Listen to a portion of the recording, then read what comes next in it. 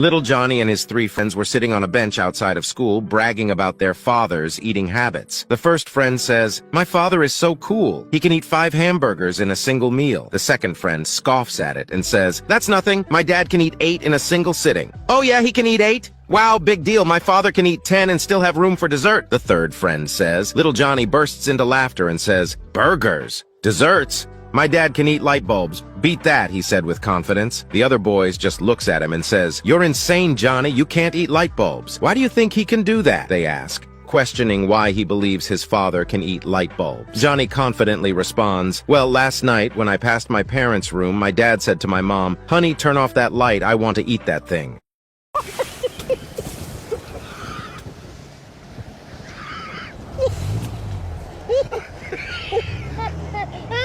So a country wife came home just in time to find her husband in bed with another woman. With strength of a superhuman, she dragged him out of bed, down the stairs, and out to the barn. There, she clamped his manhood in a vise, tightened it up, and removed the handle.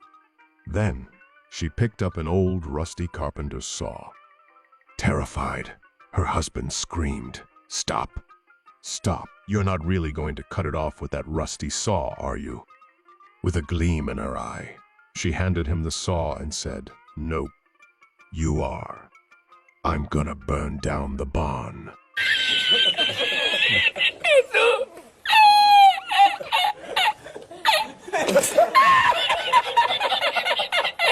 A man comes home early from work and shouts, "Honey, I'm home!" No reply. So he goes upstairs and calls from the landing, "Honey, I am home," but still no reply. Frustrated, he goes into the bedroom and finds his wife on the bed. Stark. "Oh, Norman, I didn't expect you this early," she says, holding her chest and breathing heavily. He thinks she is having a heart attack and runs downstairs to ring for an ambulance. He starts dialing the emergency number when his young daughter starts pulling at his jacket. "Dad," she says. "Dad," she says again. "What is it?" "I'm busy," he says. "Uncle Jack is in the wardrobe with no clothes on," she tells him. He drops the phone and runs back to the bedroom. You, he shouts angrily at Norman. "You, my wife is having a heart attack, and you're going around scaring the kids."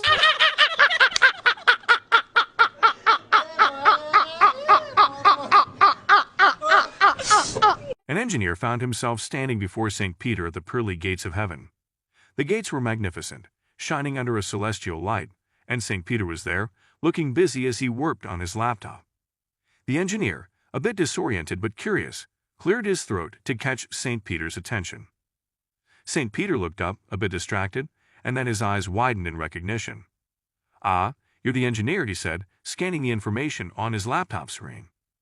"I see here you've been assigned to hell." Before the engineer could react or protest, he found himself standing in front of a fiery cave. There he was greeted by none other than Satan himself, holding a menacing pitchfork in one hand. Satan, with a slight grin, pointed the engineer towards the large, flame-engulfed cave. The engineer, taking in his new surroundings, hesitantly walked in. However, after spending some time in hell, the engineer grew bored. He began to think of ways to improve his new environment. He started designing and implementing various building improvements. He created new land use plans, constructing large developments with modern amenities. He even managed to install air conditioning in all the structures. Over time, hell transformed from a place of eternal suffering to a sort of infernal paradise. Massive homes with refrigerators, large swimming pools, and waterfalls sprang up, and the engineer became extremely popular among the denizens of hell. One day, God called Satan to check in on how things were going in hell. "How is it all burning down there in hell?" God asked. Satan, sounding quite pleased, responded, "Hey, things are going great. We got air conditioning, new homes, swimming pools, and there's no telling what our engineer is going to come up with next." God, shocked and incredulous, exclaimed, "What the hell? You've got an engineer. St. Peter must have messed up again. Send that engineer back to heaven immediately." Satan, however, was adamant about keeping the engineer. "No way. Everybody likes this guy, and I like the guy, and I'm keeping him." God, growing increasingly frustrated, threatened, "Oh yeah? How do you like a thunderbolt up your arse?" Satan, unfazed and laughing, retorted, "I just jump in my pool, haha." Fuming, God then said, Listen, you demon, you send him back up here or I'll sue you. Satan, finding the idea amusing, laughed and said, "Ha ha. Yeah, right. And where are you going to find a lawyer in heaven? Ha ha."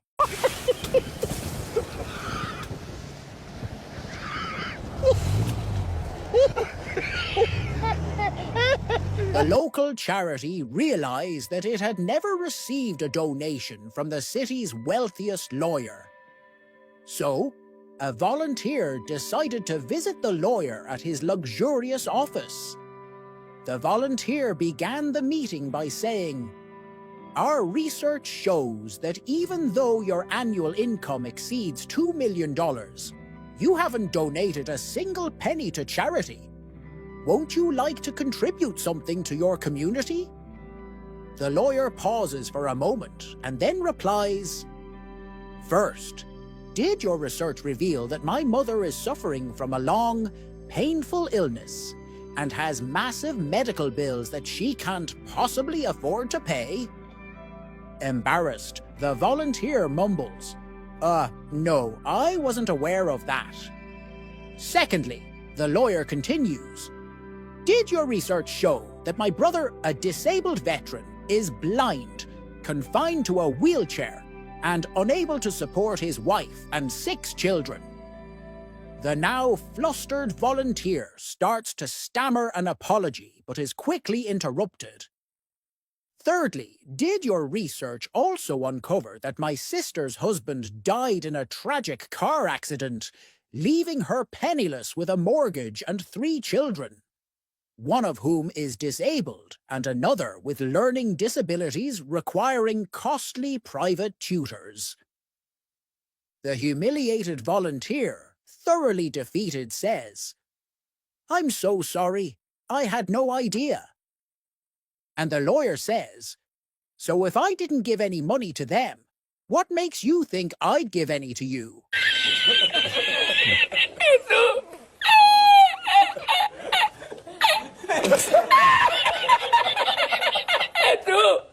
Mother sends her sons to be disciplined by a preacher. But she didn't expect this. The 2 little boys, ages 8 and 10, are excessively mischievous.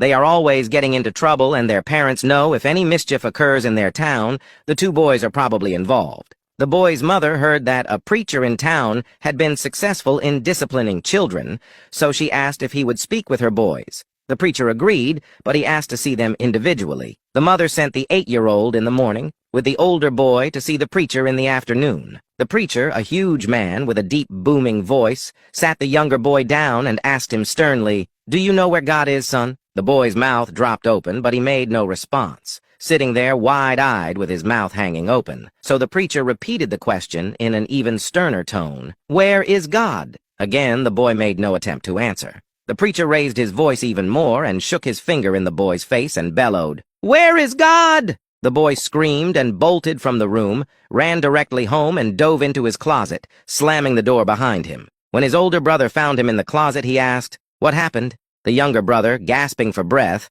replied, "We are in big trouble this time. God is missing, and they think we did it."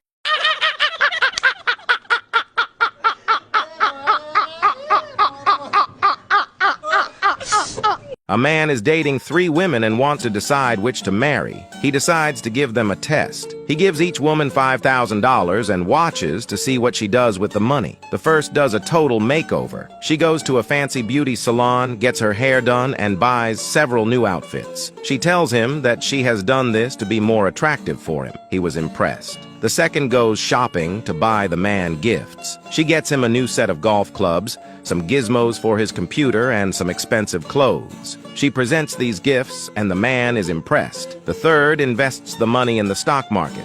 She earns several times the $5,000. She gives him back his $5,000 and reinvests the remainder in a joint account. Obviously, the man was very impressed. The man thought for a long time about what each woman had done with the money, and then he married the one with the biggest boobs. Do it! Just do it! Don't let your dreams be dreams. Yesterday, you said tomorrow. So just do it! Make your dreams come true! Just